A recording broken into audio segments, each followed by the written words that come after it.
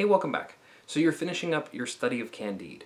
On my website, on the classwork section, there is a link to the last supplementary text to go with it. It's an article that explores the problem of suffering.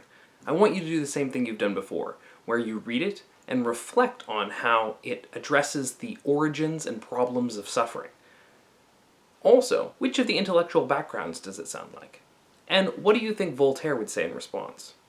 I also want you to reflect on what audience this article is intended for.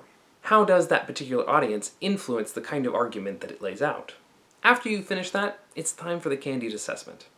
Hopefully by now you have already watched the last episode of my Candide videos, and in that you've reflected on the meaning of that very important final phrase, cultivate your garden. After you've watched that and reflected on it, you're ready for your assessment. There are two parts to your assessment. The first is to examine the key passages.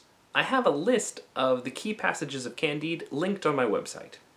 You can find that on the classwork calendar or in the Candide resources. For each of the key passages, I want you to reflect on its role within the story, how it reflects the big ideas and themes of the piece, as well as how it reflects the satire, and what Voltaire is accomplishing with each of those passages. The second part of your assessment is to write a letter.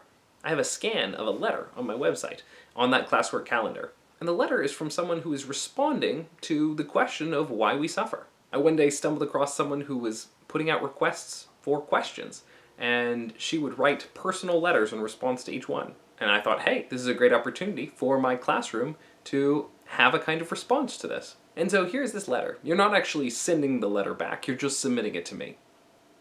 But I want you to respond to the author of the letter, Amy.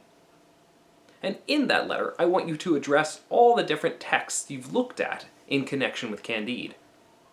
The different music videos, the articles, the memoir, and I also want you to address particularly Voltaire's ideas, especially the phrase, cultivate your garden, what that means to you, and how it shows us a response to suffering. All the instructions for that are on my classwork calendar. After we wrap up our study of Candide, I am not moving forward into the next book, The Man Who Was Thursday.